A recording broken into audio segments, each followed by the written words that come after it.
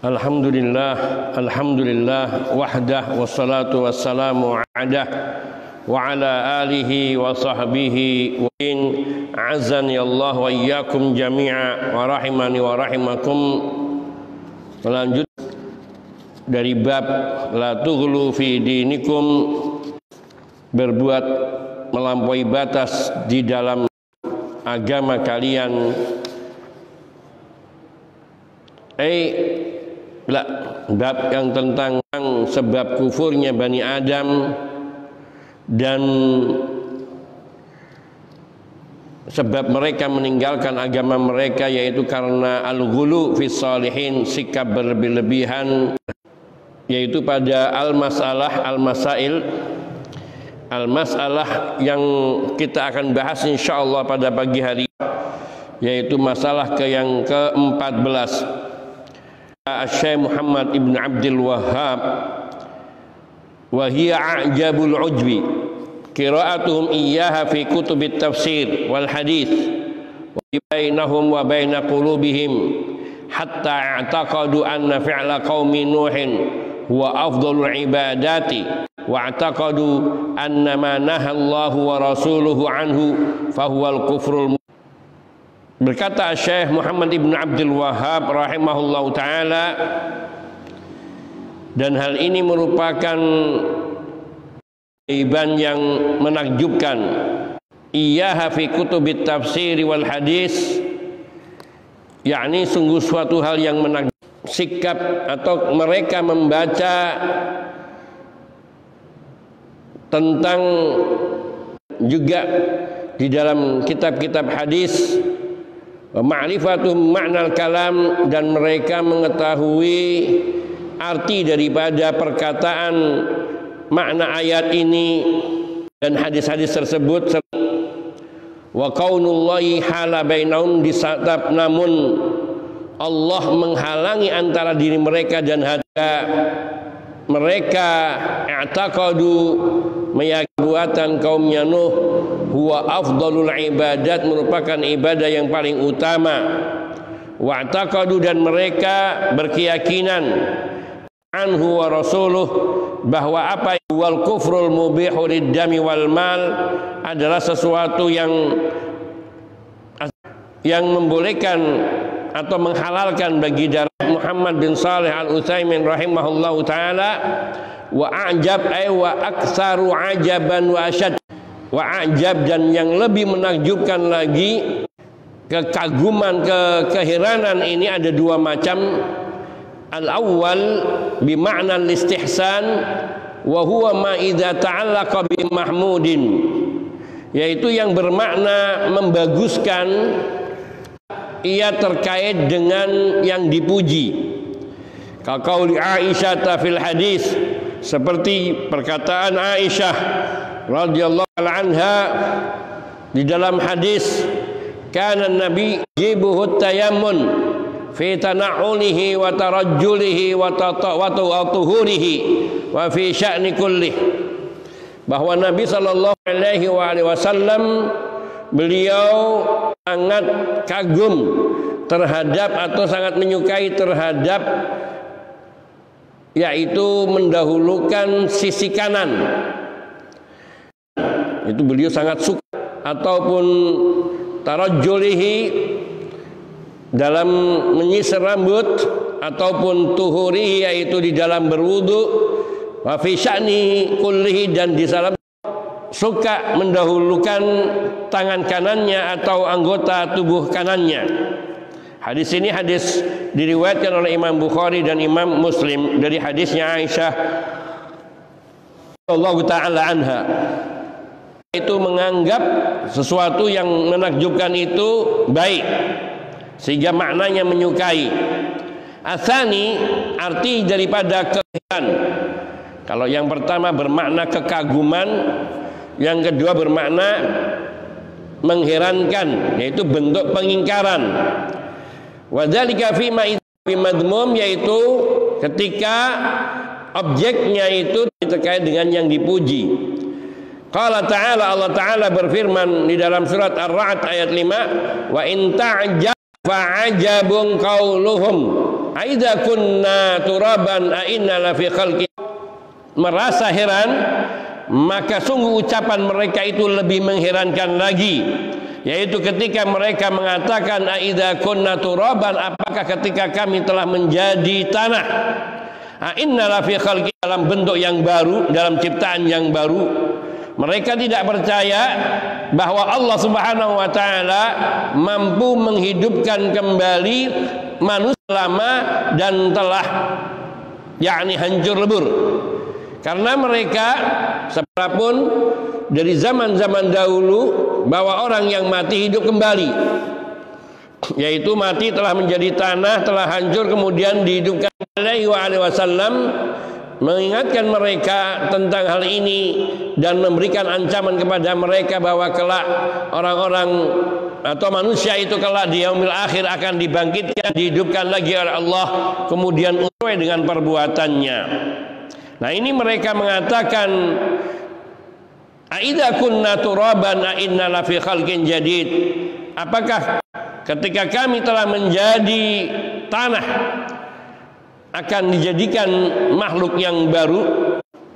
Satu pengingkaran. Demikian pula perkataan daripada Asy-Syaikh Al-Muallif yakni Muhammad ibn Abdul Wahhab rahimahullahu taala di dalam kitab ini, yaitu pengertian al-inkar. Wa kalamul muallif huna amma kana fi zamanih. Apa yang dikatakan oleh Asy-Syaikh Muhammad ibn Abdul Wahhab ini kait dengan yang haitsu ghafalu an hadhil qissah ma'a qira'atihim laha fi kutubit tafsir wal hadis, yaitu mereka orang-orang yang hidup di zamannya Syekh Muhammad ibn Abdul Wahhab, yaitu beliau lahir pada tahun 1115 Hijriah, 1115 sampai mungkin akhir hayat beliau. Mereka mayoritas atau kebanyakan orang atau banyak orang yang cerita yang tidak mengetahui atau lengah cerita tentang syiriknya kaumnya Nuh alaihissalam, yang mereka karena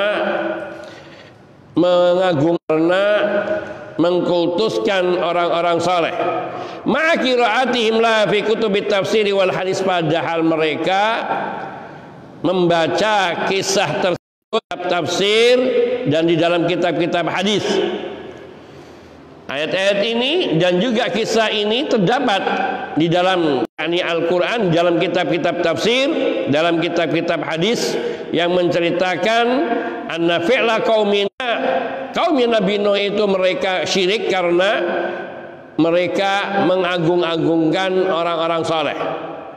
Namun setelah mereka membaca kisah daripada mereka menjadi musyrik, mereka i'taqadu anna fi'la qaumi Nuhin afdalul ibadat.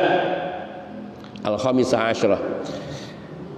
Mereka meyakini bahwa yaitu yang mengagung-agungkan dan bersikap berlebih-lebihan terhadap orang-orang saleh, afdalul ibadat dipandang diyakini sebagai ibadah min adarri ma yakunu 'alal mar'i ayya'taqida sayyi'an. Maka sikap yang demikian ini termasuk berbahaya pada diri seseorang, membahayakan diri seseorang yang meyakini sesuatu yang jelek itu baik. Ini paling baik, paling bahaya.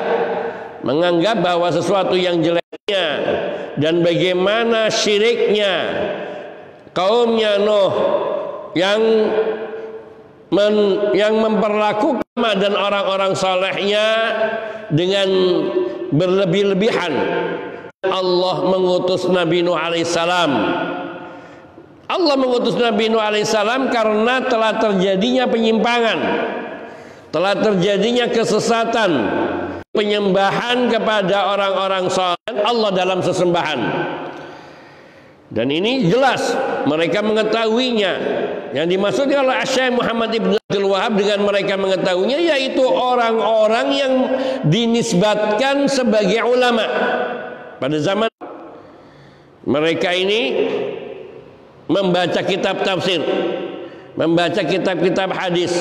Maknanya mereka adalah orang-orang yang mengerti membaca, tidak membuat mereka berpaling dari meyakini bahwa perbuatannya kaum Nuh ini lebih utama.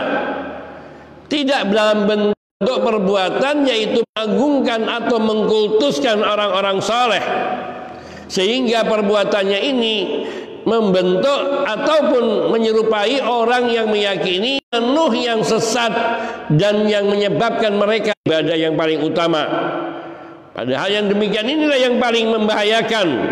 Maka sungguh ini pantas bila dikatakan wa ajab minal ajab, wa ajabul ajabi, yaitu yang paling ganjil. Ucapan orang-orang yang mengatakan aidakun ainna lafi khalqin jadid. Allah tabaraka wa ta'ala berfirman dalam surat Fatir ayat 8, afa man zuyyina lahu su'u 'amal fa inna Allah yudhillu man yasha'u wa yahdi man yasha'. Lahu su'u 'amalihi fara'au hasanan, maka apakah orang yang amal perbuatan jeleknya itu dijadikan baik baginya, diindahkan baginya, amal buruknya itu sebagai kebajikan. Fa innallaha yudhillu man yasha wa yahdi man yasha, maka sungguhnya Allah menyesatkan siapa yang Allah kehendaki dan memberi siapa yang Allah kehendaki. Amalan-amalan buruk menjadi baik dalam pandangan pelakunya, yaitu orang-orang yang mereka mendustakan ayat-ayat Allah Subhanahu wa taala. Baik.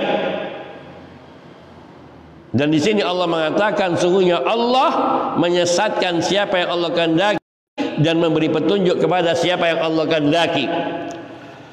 Allah menyesatkan karena ilmu, karena Allah mengetahui kepada kesesatan dengan melakukan keburukan kemudian menilainya sebagai kebajikan, dan mereka mengetahui bahwa namun kemudian mereka memandangnya sebagai sebuah kebaikan, yaitu dengan tetap mengikuti jejak mereka dan mengambil ayat Al-Quran atau Allah Sallallahu Alaihi Wasallam. Di dalam surat Al-Kahfi ayat 103 dan 104 Allah Ta'ala, qul hal nunadalla sa'yuhum fil hayatid dunya wa hum yahsabuna annahum yuhsinuna sun'a. Katakanlah wahai Rasul sallallahu alaihi wasallam, hal nunabbiukum bil akhsarina a'mala, maukah yang merugi amal perbuatannya, yaitu alladzina dhalla sa'yuhum fil hayatid dunya, yaitu orang-orang yang amal perbuatan mereka sia-sia belaka di kehidupan dunia ini. Kini annahum yuhsinuna sun'a, bahwa mereka melakukan kebajikan, melakukan ketaatan. Allahu Akbar. Allah Ta'ala telah membeberkan watak manusia yang serupa ini, yang pernah terjadi kepada umat yang ada di zaman Nabi Sallallahu Alaihi Wasallam, dan itu adalah peringatan bagi kita seluruhnya. Yakni Allah memberitahukan kepada nabinya untuk mencegah yang mereka amal ibadahnya sia-sia, orang yang merugi, beramal barangnya habis tapi rugi, bukan tidak untung, rugi. Kalau tidak untung mungkin masih kembali uang modal, tapi rugi. Maknanya apa yang dia jual sedikit pun memberikan keuntungan, bahkan menyebabkan kebangkrutan, dan meyakininya sebagai sebuah kebaikan. Kenapa mereka melakukan amal-amal keburukan dan meyakini sebuah kebaikan? Karena yang mereka lakukan tidak ada tuntunannya dari kitabullah maupun dari sunnah. Betapa Allah Tabaraka wa Ta'ala telah menuntunkan amalan-amalan yang diridhoi Allah Subhanahu wa Ta'ala melalui lisan Nabi Sallallahu Alaihi Wasallam dan contoh teladan Sallam kepada umat ini. Dan laqad kana lakum fi Rasulillahi uswatun hasanah, dan sungguh telah terdapat pada diri Nabi kalian, yakni uswatun hasanah, suatu teladan yang baik, jumpaannya dengan Allah dan hari akhir. Maka bahwa apa yang dicontohkan oleh Nabi Shallallahu Alaihi Wasallam, contoh yang datangnya dari Allah Subhanahu Wa Taala, ini mengisyaratkan bahwa apa yang datangnya dari Allah, dan Allah tidak menyisa. Allah perintahkan Nabi-Nya Shallallahu Alaihi Wasallam untuk menjelaskannya, menerangkannya. Sehingga Allah mengungkapkan bahwa agama ini telah sempurna, dan makna sempurna memerlukan adanya suatu penampilan. Maka apa yang tidak terdapat dan tidak dilakukan di zaman Nabi, dan padahal itu mungkin, maka itu bukan syariat, dan bila orang mengakukannya maka akan menjadi kesia-siaan belaka. Afaman zuyyina lahu su'u amalihi fara'ahu hasana. Maka apakah orang yang amal keburukannya dihiaskan pada amal-amal keburukan itu menjadi indah, seperti syaitan menampakkan cantiknya wanita yang jelek di hadapan orang yang si fulan yang punya istri cantik selingkuh dengan seorang wanita yang jelek.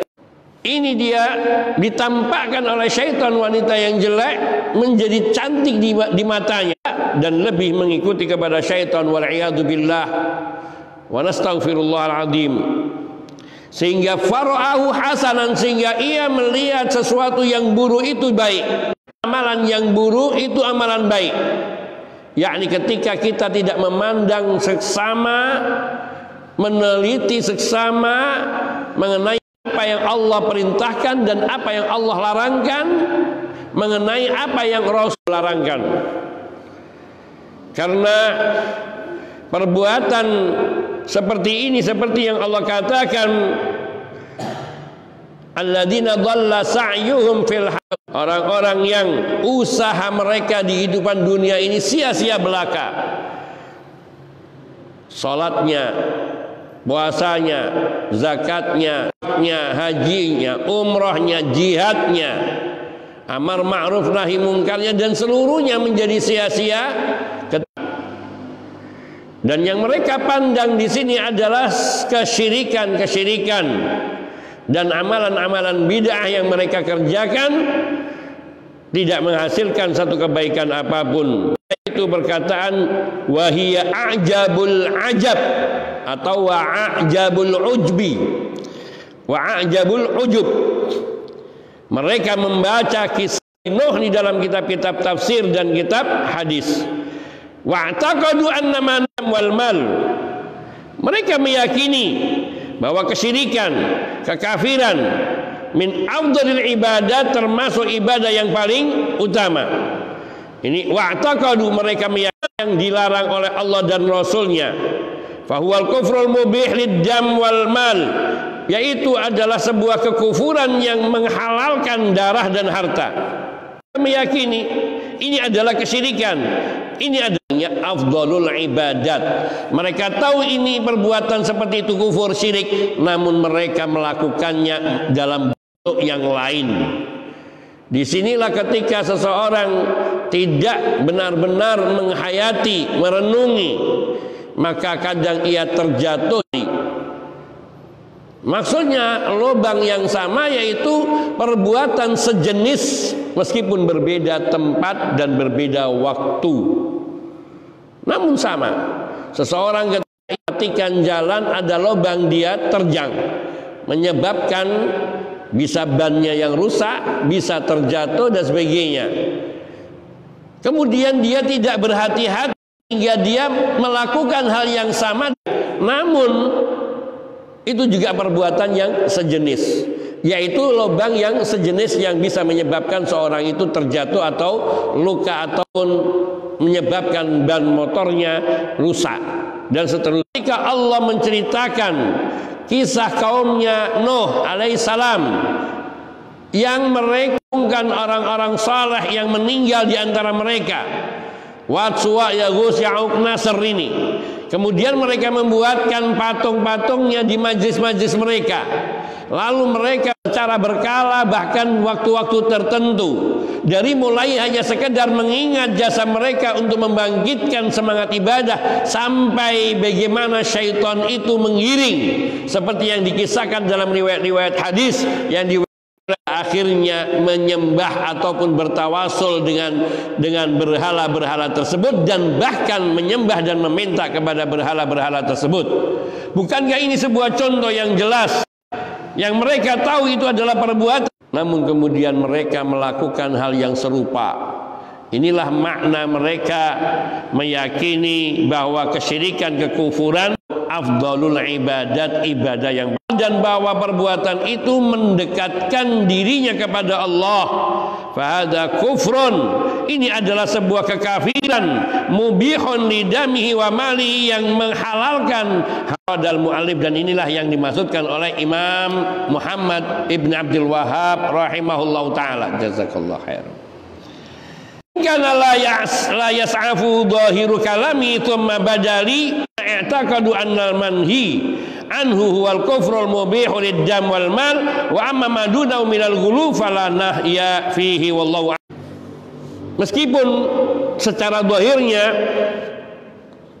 juga tidak menafikan yang dimaksudkan, yang kemudian tampak padaku, yaitu mala'allahul murad, yang barangkali maksud dari perkataan beliau wa'taqadu anna manahallahu wa rasuluhu fahu manahallahu wa rasuluhu, itu barangkali yang dimaksudkan oleh beliau bahwa mereka setelah membaca kisah orang-orang, yakni kaumnya Nabi Nuh, yang mereka melakukan kesyirikan dengan sebab al-ghali dalam beragama pada diri orang-orang soleh, hiya anhu, bahwa yang dilarang oleh Allah dan Rasulnya itu adalah kekafiran yang harta,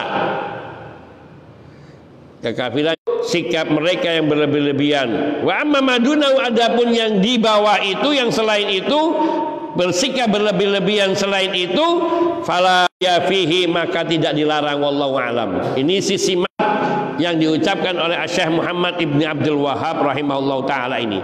Sehingga maknanya bila dimaknai seperti ini tadi yang saya contohkan, bahwa mereka memandang perbuatan yang menyebabkan mereka kufur dan menghalalkan katanya, yaitu sikap perbuatan berlebih-lebihan kaum Nuh dengan membuatkan patung pada orang-orang soleh. Adapun yang tidak membuat patung, cuma datang tawasul kepada ahlul kubur, maka dipandang tidak terlarang, tidak kekafiran. Wallahu a'lam. Ini sisi kedua. Kalau sisi makna yang pertama, yang orang yang meyakini bahwa kesyirikan dan kekufuran, jazakallah khairan, termasuk ibadah yang paling utama, yakni mereka tahu itu perbuatan syirik, tapi kemudian mereka melakukannya. Poin yang ke-15, masalah yang ke-15 yang dapat diambil kesimpulan ataupun dipetik pelajaran dari bab ini, bab sebab mereka meninggalkan agama, yakni at-tasrihu bi annahum lam yuridu illa syafa'ah. Pernyataan keterus-terangan mereka bahwa sungguhnya mereka terhadap orang-orang saleh secara berlebihan tersebut selain karena menginginkan syafaat.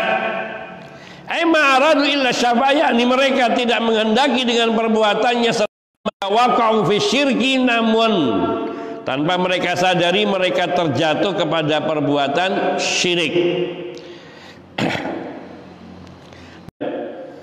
Bahwa orang-orang yang mengambil syafaat yang tidak ada dalilnya, mengambil syafaat dari orang-orang yang telah meninggal dunia, tidak ada dalilnya. Bahkan yang ada adalah larangan terdahulu, sangat jelas lagi bahwa Allah tidak memberikan syafaat, tidak mengizinkan syafaat kecuali kepada orang yang izinkan. Dan itu pun dia tidak bisa memberikan syafaat kecuali kepada orang yang Allah ridhoi. Tapi ketika memberi syafaat kepada orang yang tidak diridhoi oleh Allah, maka tidak bisa. Nabi Muhammad sallallahu alaihi wasallam adalah orang yang diizinkan oleh Allah untuk memberi syafaat. Namun beliau tidak bisa memberi syafaat kecuali siapa yang diridhai oleh Allah Subhanahu wa taala. Beliau tidak bisa memberi syafaat kepada orang tuanya, kepada kakeknya, bahkan kepada pamannya, selain hanya memohonkan keringanan karena jasa-jasa pamannya kepada diri beliau sallallahu alaihi wasallam. Namun kepada orang-orang yang lebih dekat secara hubungan nasab kepada beliau, kedua orang tuanya dan kakeknya, neneknya, mereka semua tidak diizinkan oleh Allah, tidak diperkenankan oleh Allah. Allah tidak ridha untuk diberi syafaat. Maka meminta syafaat atau menjadikan syafaat haruslah dengan izin Allah Subhanahu wa taala dan juga keterangan dari Allah tabaraka wa taala. Karena kalau tidak, maka sungguh seperti syafaat yang diterangkan bahwa syafaat yang di langit maupun yang di bumi semua tidak diizinkan oleh Allah.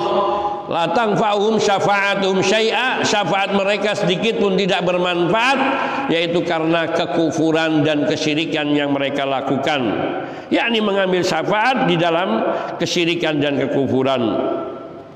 As-sadisa asyra, yang ke-16, al-dhannuhum, yang ke-16, dhannuhum annal ulama alladzina sawwaru as-suwara aradu dalika. Mereka meyakini bahwa para ulama yang membuatkan yakni patung-patung bentuk untuk orang-orang saleh ini, aradu dalika, mereka mengendaki bahwa para ulama yang dibentuk, yang dibuatkan patungnya, yakni para orang saleh Wat, Suwa, Yaghus, Ya'uq, Nasr ini, mereka orang-orang umatnya mengira bahwa ulama ini ingin dibuatkan patungnya kalau mereka sudah mati. Kalau mereka seorang yang alim dan mereka orang yang saleh, tidak akan pernah ingin, tidak akan pernah sedikit pun menghendaki diri mereka dibuatkan patungnya ataupun dibuatkan gambarnya untuk kemudian dipajang, diagung-agungkan, dikultuskan. Nabi Isa alaihissalatu wassalam sebuah contoh yang baik. Beliau tidak pernah meminta kepada kaumnya untuk menjadikan diri beliau sebagai anak Allah, sehingga beliau mengingkari perbuatan mereka. Dan beliau mengatakan bahkan, sungguhnya ketika aku hidup di tengah mereka, maka aku yang akan berusaha menjaga mereka untuk tidak menyanjung-nyanjung diriku. Namun bila aku telah mati ya Allah, maka sungguhnya Allah lah, engkaulah yang maha mengawasi dan menjaga. Demikian pula Nabi kita Muhammad sallallahu alaihi wasallam. Di akhir-akhir hayatnya beliau dengan jelas berdoa yang itu didengar oleh para sahabat radhiyallahu ta'ala anhum. Allahumma la taj'al qabri wathanan yu'bad.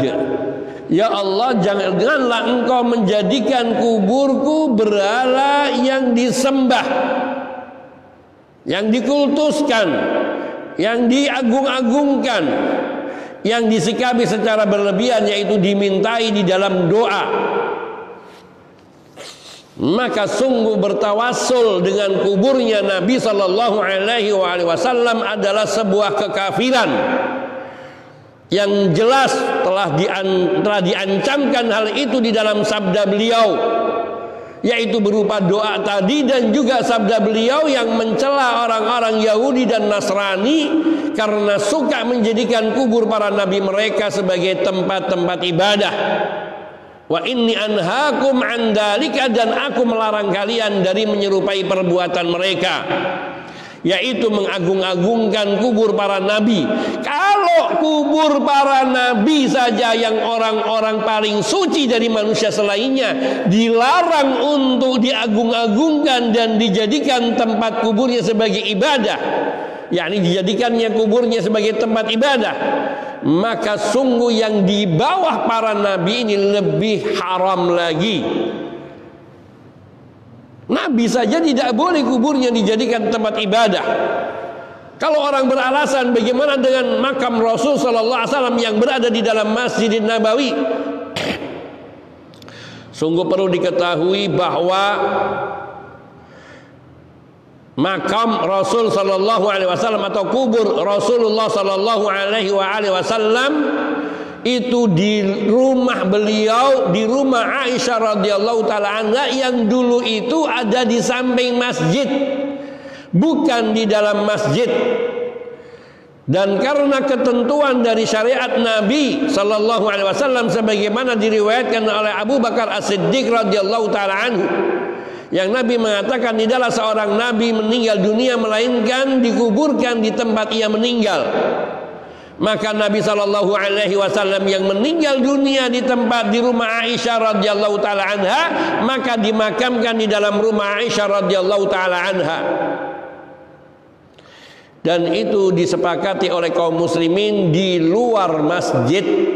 Hanya saja pada masa-masa berikutnya, di masa-masa kerajaan di luar, yakni setelah berlalunya masa khilafah al-khilafah ar-rasyidah, mulailah manusia raja memerintahkan perluasan masjid dan memasukkan makam Nabi ke dalam masjid. Namun walhamdulillah setelah Syekh Muhammad ibn Abdul Wahhab mendakwahkan tauhid dan berdiri kerajaan Saudi, maka pemerintahan mulai dengan tegas, yakni melarang orang untuk sholat menghadap ke rumah atau ke makam Rasul sallallahu alaihi wasallam langsung. Dan mereka berupaya dengan membuat lapisan ganda di sekitar rumah Nabi, yaitu dibuat dinding-dinding lain yang memisahkan antara rumah Rasulullah sallallahu alaihi wasallam dengan masjid, sehingga mereka sholat di dalam Masjidin Nabawi tidak sampai sholat menghadap secara langsung ke makam Rasulullah sallallahu alaihi wasallam, sampai dibuat 3 lapis. Dan mereka telah mengeluarkan rumah Rasul sallallahu alaihi wasallam ini dari wilayah masjid, sehingga mereka yang beranggapan bahwa makam Nabi ada di dalam Masjid Nabawi maka tidak benar. Dan Nabi tidak pernah ridha dengan perbuatan orang-orang yang salat berdoa menghadap ke kubur beliau dan bukan menghadap ke arah kiblat.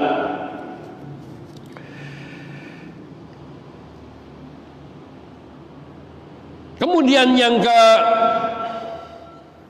yakni dari perkataan yang ke-16 ini, ay aradu an tushfa'a lahum, aradu an tashfa'a lahum bal dhannu annaha tunshituhum 'alal ibadah wa hadan dhannun fasidun kama sabaq.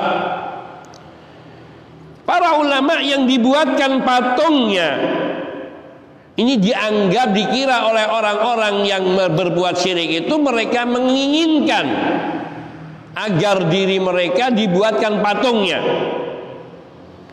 Aradu dalika ay aradu an tushfa'a lahum, mereka mengira bahwa patung-patung yang dibuatkan untuk mereka untuk menjadikan mereka sebagai syafaat bagi diri mereka yang membuatnya. Baldonu, bahkan mereka mengira bahwa patung-patung tersebut tunsyituhum 'alal ibadah, dapat membangkitkan semangat ibadah mereka. Seperti tersebut di dalam riwayat, yakni pada awalnya ketika membuat patung itu hanya sekedar sebagai pengingat atas kebaikan mereka dan dakwah mereka, sehingga ketika mereka merasa futur di dalam beribadah, merasa malas dalam beribadah, mereka akan mendatangi ke patung-patung orang ini, lalu mereka mengingati jasanya dan ibadah mereka, ketaatannya, menjadikan wasilah syafaat. Dan ini adalah perakiraan fasidun. Ini adalah perakiraan atau perkiraan yang fasid, keyakinan yang. Kemudian as-sabi'ata asyrah, yang ke-17, al-bayanul azimu fi qauli la tutruni kama atrat ila akhirih. balaghal mubin. Ada keterangan yang sangat agung, yakni berkaitan dengan sabda Rasulullah sallallahu alaihi wasallam yang beliau tegas dan jelas dalam sabdanya, la tutruni kama atratin nasara Isa bin Maryam fa innama ana abdun faqul. Kalian berlebih-lebihan, jangan kalian bersikap berlebih-lebihan di dalam memujiku seperti orang-orang Nasrani. Mereka telah berbuat anjung memuji Isa putra Maryam. Disinilah sehingga kita mendapati para sahabat radhiyallahu taala anhum, mayoritas mereka setelah mendapatkan pengajaran yang demikian ini, mereka memanggil Nabi dengan sebutan ya Rasulullah, ya Nabi Allah, dan tidak ada yang memanggil ya benallah, wahai anak Allah, tidak ada. Bahkan memanggil ya Sayyidah waladi Adam pun tidak diperkenankan oleh Nabi dan tidak diridhoi, karena Nabi tidak menginginkan umatnya bersikap berlebih-lebihan terhadap dirinya di dalam memuliakan, mengagungkan dan menyanjung-nyanjung. La tutruni, dalam hadis ini makna al-itra yaitu al-ghulu fil madhi wal mubalaghatu fih. La tutruni, al-itra di sini adalah bersikap berlebih-lebihan di dalam memuji dan bahkan sangat berlebih-lebihan, al-mubalaghah fi, sangat berlebih-lebihan di dalam memuji. Wa hadzal ladzi naha anhu sallallahu alaihi wasallam waqa'a fihi ba'du hadhil ummah, yang dilarang oleh Nabi sallallahu alaihi wasallam seperti ini yang terjadi pada sebagian umat ini.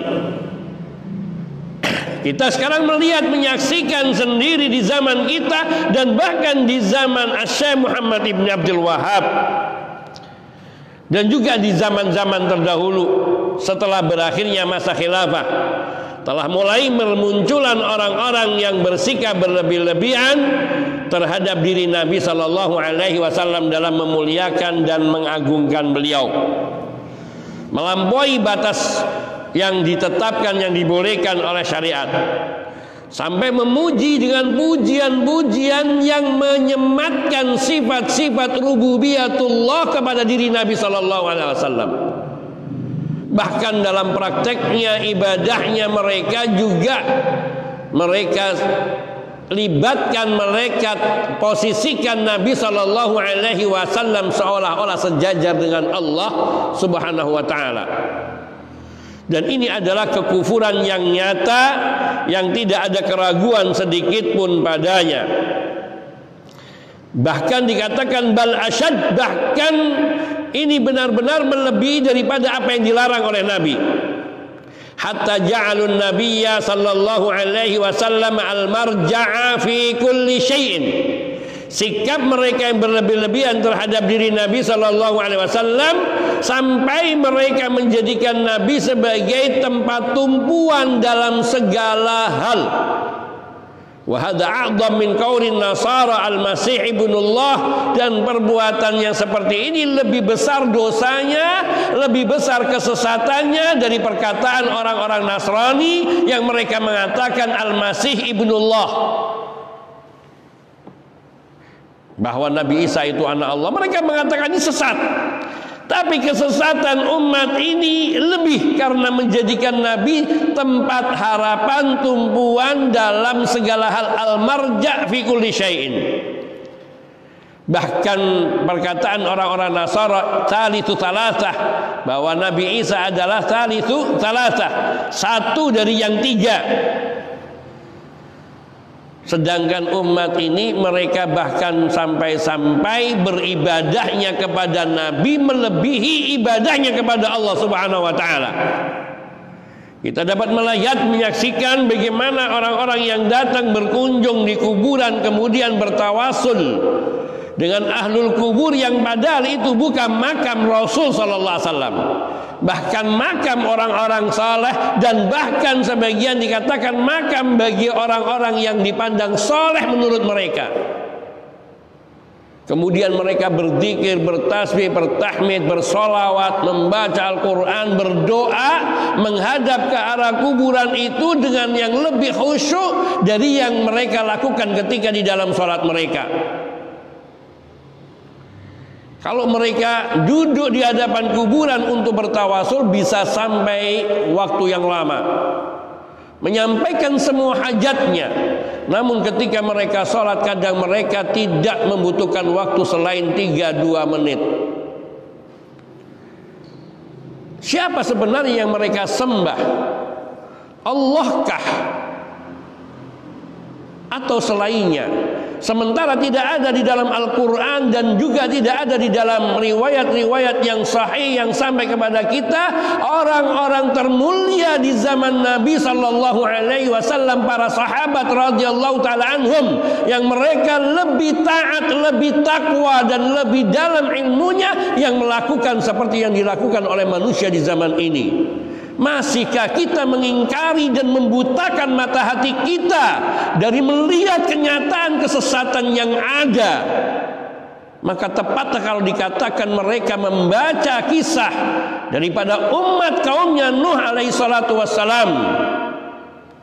Kemudian mereka membaca riwayat-riwayat dalam kitab tafsir dan juga di dalam hadis-hadis Nabi. Kemudian mereka menganggap bahwa perbuatan itu yang paling utama di dalam ibadah, yaitu mencontoh dan mengikuti perbuatan mereka. Nas'alullah al-'afwa wal 'afiyah wa hadanallahu wa iyyahum jami'a. Wa ma'na ballagha ay awsala wa bayyan. Dan makna daripada perkataan asy-syekh, yakni ballagha, menyampaikan, al-balaghal mubin, yaitu maksudnya daripada al-balagha awsala wa bayana, yaitu menyampaikan dan menerangkan. Tidak hanya sekedar menyampaikan, tapi juga dibarengi dengan menerangkan. Dan Nabi Shallallahu Alaihi Wasallam telah memberikan keterangan yang lengkap, yang sempurna dalam sabda Nabi Shallallahu Alaihi Wasallam ini, yaitu dalam bentuk larangan yang sangat tegas, jelas, mencontohkan yang konkret yang telah ada dan terjadi di tengah umat. Jangan kalian menyanjung-nyanjungku, jangan kalian memujiku berlebihan seperti kaum Nasara menyanjung-nyanjung Isa putra Maryam. Sebuah contoh yang konkret jelas itu yang terjadi, bagaimana sesatnya kaum Nasara karena menjadikan Nabi Isa alaihi salatu wassalam, yang seorang nabi yang hanya diutus oleh Allah, bukan anak, dijadikan sebagai anak. Dan Nabi Sallallahu Alaihi Wasallam tidak menginginkan diri beliau diperlakukan seperti Nabi Isa Alaihi Salatu Wasallam, saudara beliau, saudara seayah, yakni sama-sama keturunan dari Nabiullah Ibrahim Alaihi Salatu Wasallam. Maka sangat jelas sekali. Maka apalagi yang kurang dari dalil-dalil ini? Dan ini firman Allah dan sabda Nabi Sallallahu Alaihi Wasallam dalam riwayat-riwayat yang sahih yang tidak diragukan akan kesahihannya. Lalu masihkah seseorang untuk tetap berada di dalam kesesatannya? Awalau kana aba'uhum la ya'qiluna syai'an wa la yahtadun. Meskipun apa yang dilakukan oleh nenek moyang, yaitu mereka sama sekali tidak mengetahui akan kesesatan itu dan tidak mengetahui tentang mana yang hak, wala yahtadun, dan mereka tidak pula mengikuti hidayah. Apakah setelah mengetahui keadaan serupa ini masihkah seseorang itu tetap melakukan dan mengikuti jejak-jejak yang serupa ini? Atsamina asyrah, yang ke-18, nasihatuhu iyana bihalakil mutanatti'in. Nasihat Nabi Sallallahu Alaihi Wasallam kepada kita, yaitu tentang kebinasaan orang-orang yang bersikap berlebih-lebihan. Wa dzalika biqaulihi sallallahu alaihi wasallam, yaitu dalam sabda beliau, halakal mutanatti'un, celakalah, binasalah orang-orang yang berlebih-lebihan di dalam beribadah. Berlebih-lebihan beribadah itu bukan sholat malam 11 rakaat, 20 rakaat itu dianggap berlebih-lebihan. Yang dimaksudkan berlebih-lebihan itu yaitu orang-orang yang melakukan perbuatan ibadat di luar ketentuan atau melebihi dari ketentuan. Salat isyaknya 7 rakaat. Ini maksudnya berlebih-lebihan seperti itu. Salat subuhnya 5 rakaat. Ini sikap berlebih-lebihan. Bukan mengamalkan apa yang diperintahkan, mengamalkan apa yang diperintahkan, mencontoh apa yang dicontohkan oleh Nabi Sallallahu Alaihi Wasallam, itu bukan berlebih-lebihan meskipun itu sesuatu yang aneh asing di tengah kaumnya. Orang memandang memakai pakaian jubah, wah berlebih-lebihan. Masyarakat kita pakainya batik semua, ini pakai jubah. Mencontoh apa yang dilakukan oleh Rasul Sallallahu Alaihi Wasallam sebagai wujud rasa cinta, ini namanya sunnah jibliyah, dibenarkan. Bukan sesuatu yang salah dan bukan bersikap berlebih-lebihan. Yang bersikap berlebih-lebihan yang memakainya, perempuan memakainya di atas paha, di atas lutut, pahanya tampak, ini berlebih-lebihan. Yakni berlebih-lebihan di dalam mengurangi yang disyariatkan. Berlebih-lebihan dari sisi kenegatifan. Kenapa orang-orang menjadi berbalik cara berpikirnya? Sesuatu yang jelas-jelas kemaksiatan yang bertentangan dengan syariat mereka diamkan atau bahkan dibenarkan, sementara orang-orang yang mengamalkan apa yang dituntunkan syariat dipandangnya ia bersikap ekstrim, berlebih-lebihan. Ada memang orang yang bersikap ekstrim, yaitu diantaranya orang-orang yang gampang menganggap kafirnya seorang muslim hanya karena satu dosa besar atau beberapa dosa besar yang dilakukannya yang tidak sampai menjatuhkannya kepada kufur. Namun juga tidak boleh kita dikatakan berlebih-lebihan ketika menganggap perbuatan syirik itu adalah syirik. Ketika ada orang melakukan kesyirikan kemudian mengatakan dia tidak syirik, ini justru menjatuhkan dia kepada kekufuran. Termasuk di antara hal-hal yang membatalkan keislaman seseorang, yaitu kalau nggak salah pada poin ketiga, yaitu tidak mengkafirkan orang-orang musyrik. Dan dalam keterangan sebagian ulama seperti Syekh Shalih Fauzan Al-Fauzan hafizahullah ta'ala, beliau mengatakan termasuk tidak mau menganggap musyriknya orang-orang yang berbuat syirik meskipun dia dari Yahudikah, dari Nasranikah, ataupun orang-orang yang menisbatkan dirinya kepada Islam. Kalau mereka jelas melakukan kesyirikan, maka dia syirik, musyrik dengan perbuatannya itu. Persoalan dia nanti apakah dia tidak ada udzur, maka kalau perbuatannya jelas-jelas syirik, harus seseorang itu yakin, tidak boleh ada keraguan bahwa itu kesyirikan. Sebab kalau tidak menganggap syiriknya perbuatan syirik, jangan-jangan kita yang menjadi kafir dengan sebab itu. Karena ragu dengan dalil Al-Quran, ragu dengan dalil sunnah Nabi Sallallahu Alaihi Wasallam yang telah jelas. Kecuali orang yang tinggal di pedalaman, yang tidak pernah kenal dakwah, tidak pernah ada orang yang menyampaikan agama, seperti di pedalaman Papua misalnya, sehingga mereka tidak mengetahui ada yang namanya agama. Mereka terlahir kecil sampai besar dewasa di lingkungannya, tidak berkomunikasi dengan orang luar. Ada orang luar tapi beda bahasa sehingga tidak ada komunikasi. Maka yang seperti ini masih bisa dianggap udzur, tapi itu pun dohirnya mereka tetap kita anggap kafir dan kita perlakukan sebagai orang-orang kafir. Adapun nanti antara dia dengan Allah, Allah yang lebih tahu.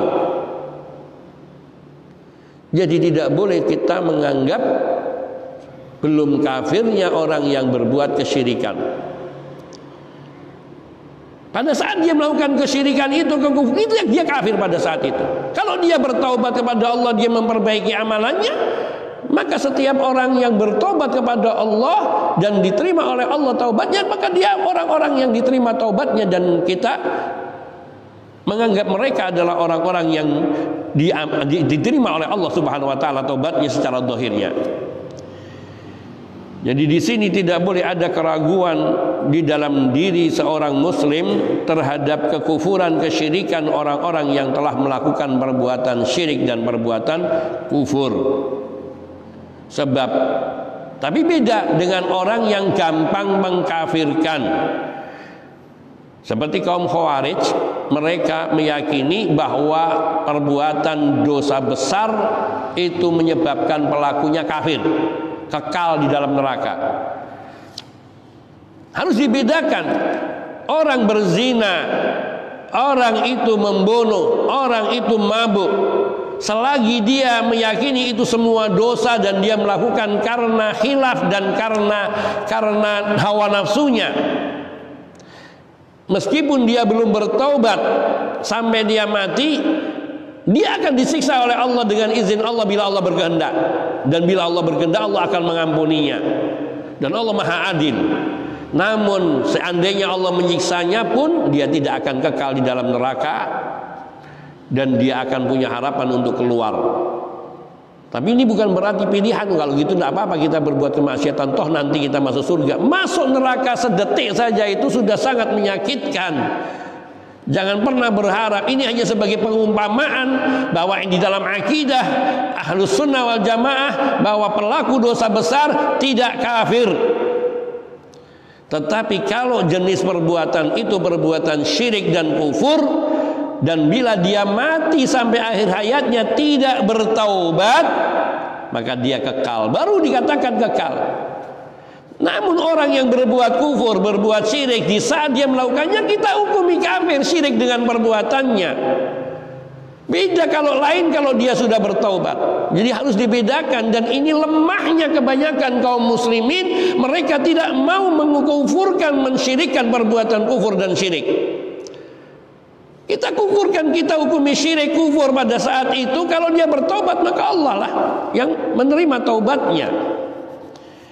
Dan kita menganggap saudara kita muslim yang bertaubat kepada Allah, kita terima. Orang yang dari kafir kemudian menyatakan dirinya Islam saja kita terima sebagai saudara kita, dan kita anggap sebagai saudara muslim. Bagaimana pula dengan seorang muslim yang dia terjatuh kepada kekufuran, kemudian dia bertaubat. Wallahu ta'ala alam. Ini yang perlu diperhatikan. Maka halakal mutanatti'un, Nabi telah mengingatkan bahayanya, binasanya orang-orang yang berlebih-lebihan. Dan dimaksudkan oleh Nabi di sini falam yurid mujarradal khabar, tidak sekedar memberitahu saja. Halakal mutanatti'un, orang-orang yang mereka bersikap berlebih-lebihan, mereka telah binasa. Ini bukan hanya cerita tentang masa lalu sudah selesai.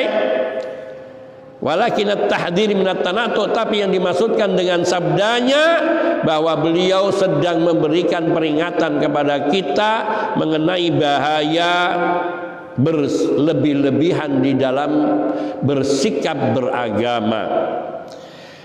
Naktafi bihada wa insyaallah nuwasil. Kita akan lanjutkan 2 poin lagi, yaitu at-tasi'ah asyrah dan al-ishrun, ke-19 dan ke-20. Wa insyaallah biidznillah taala kita lanjutkan pada pertemuan mendatang. Wassallallahu wasallam ala nabiyina Muhammadin wa alihi wa sahbihi ajmain. Walhamdulillahi rabbil alamin. Subhanakallahumma bihamdika asyhadu an la ilaha illa anta astaghfiruka wa atubu ilaik. Assalamualaikum warahmatullahi wabarakatuh.